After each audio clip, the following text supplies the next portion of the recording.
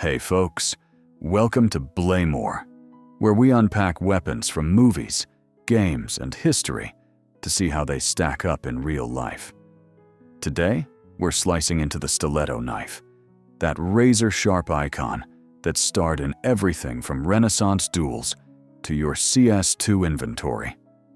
We'll trace its origins, explore its evolution into the cool gadgets we know, and dig into why it got outlawed in so many places.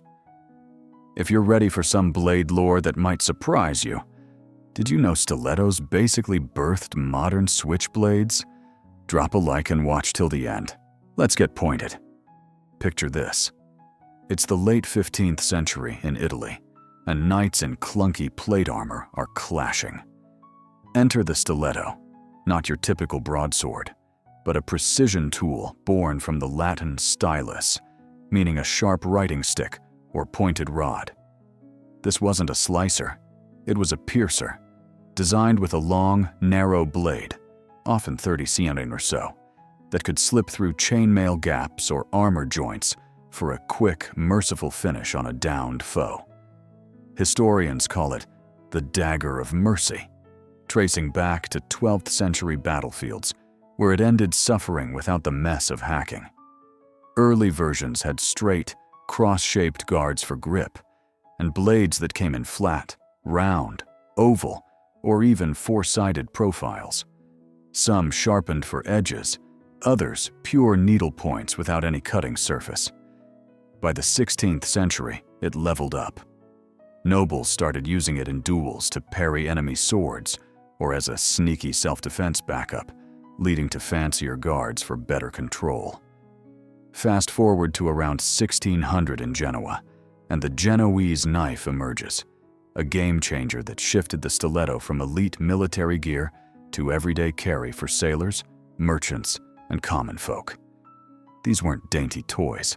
The first folding prototypes were massive, blurring the line between big knife and mini sword, with no safety locks to prevent accidental snaps. Handles?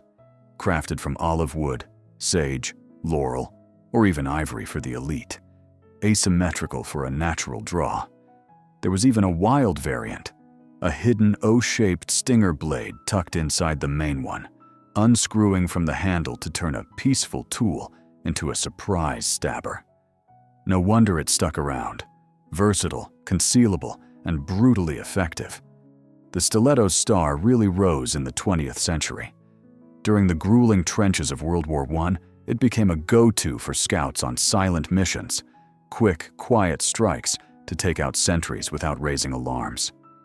By World War II, elite units like the American OSS, the CIA's predecessor, customized stiletto variants for sabotage and covert ops, prized for their slim profile and tight spots.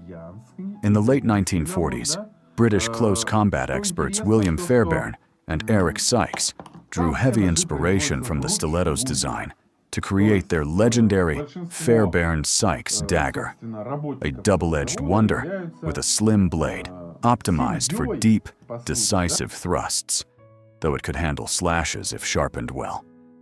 This marked a shift from pure battlefield tool to a symbol of modern tactical edge. Post-war Italy ramped up production of folding switchblades, blending that classic Italian piercing style with spring-loaded mechanisms for faster, flashier deploys.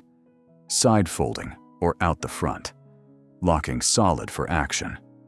These knives transcended the military, becoming cultural staples in street life and everyday carry, especially in the post-WWII boom. It was this evolution from ancient precision weapon to accessible icon that set the stage for its explosive popularity and eventual backlash. Here's where things get juicy and illegal. In the 1950s, Italy flooded the US with affordable automatic stilettos, slim handles, needle-sharp tips, and side deploy or out-the-front mechanisms that locked open for thrusting. Youth snapped them up as status symbols, collectors, edge enthusiasts, and yes, teen gangs amid rising urban crime. Tabloids went wild, painting switchblades as the ultimate delinquent's toy, fueling stories of gang wars, stabbings, and racial tensions. Enter the 1958 Federal Switchblade Knife Act. Congress banned imports and interstate sales, driven by fears of juvenile delinquents wielding these predatory imports. Important note: while federal laws like this set the import tone, knife regulations in the U.S. are mostly handled at the state level. No overarching federal cap on blade lengths like some might think. That's more for firearms under the NFA. States vary wildly. California bans autos over 2 inches for carry. Texas allows concealed with limits, while places like New York treat them as illegal weapons outright. Media hype sealed it. Headlines screamed about switchblades as crime's root cause, ignoring that kitchen knives could do the same damage. The ripple? By the 1960s, bans spread. EU classified them as offensive weapons. UK prohibited carry under the Prevention of Crime Act, and even Australia went full zero tolerance. In 2025, state laws still dominate US enforcement, e.g., fines up to $1,000 in many spots, while EU directives post-2024 tighten on autos globally. Ironically, the bans boosted their mystique. Hollywood leaned in with films like West Side Story and Rebel Without a Cause, turning stilettos into anti-hero props. So, should you grab a modern folding stiletto for self-defense or survival? Let's weigh it. Pros: super compact, fits in a pocket. No sheath hassle. Just hit the button for instant readiness. That fine tip excels at breaching barriers like clothing with ease, making initial entry smooth and efficient. Cons? Plenty. The spring mechanism sounds slick, but in real chaos, rain, dirt, rust, it fails fast. Springs jam, screws loosen. No army equips them today. They're relics, not reliables. Versatility? Zilch. Specialized for targeted strikes, but useless for chopping wood, prepping food, or hunting. Can't field dress game without broader utility. In a fight, it might snap on bone or armor, and for self-defense, you'd need a flurry of thrusts to stop a threat, landing you in court explaining 50 stab wounds as protection. Better bet, pepper spray or a multi-tool. Legally, concealed carry's a felony in most spots. Stick to collectors' non-auto versions.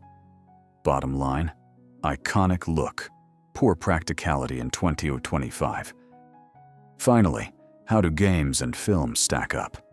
Stilettos shine in pop culture, but often overhype the edge. Take Counter-Strike, Global Offensive, and now CS2, the stiletto skin, added 2018, inspired by real Italian switchblades like the Frank Beltrame 9. Turns your default knife into a sleek autofolder for T-side or CT rushes. Skins like Doppler or Fade fetch 500 plus on markets, with 2025 updates adding fluid inspect animations. But here's the catch. In-game, damage is uniform. Chest hit equals backstab lethality, regardless of skin. Reality? Stilettos targeted armor weak spots. Against a vest, that fine point glances off harmlessly. No infinite durability either. Real ones bend or break. Movies amp the drama. The Godfather uses it for Mafia hits. John Wick for stylish kills. Cinematic, but ignores the noise of springs or limited range, 1 to 2 mm max. Recent gem? Mafia, the Old Country, 2025, nails the Sicilian roots with stealth mechanics, closer to history than CS2's arcade flair. Overall, games glorify the precision strike. Real stilettos were niche tools, not all-purpose slayers. No modern fighter would pick one over a crowbar. There you have it, the stiletto knife. From medieval mercy blade to banned switchblade legend, it's a tale of elegance, controversy, and over-the-top hype.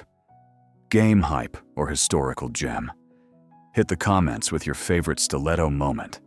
CS2 skin, movie scene, or wild fact. If this cut deep, like Subscribe to Blaymore for more breakdowns, sawed-off shotgun next, and bell for notifications. Stay sharp. See you in the next one.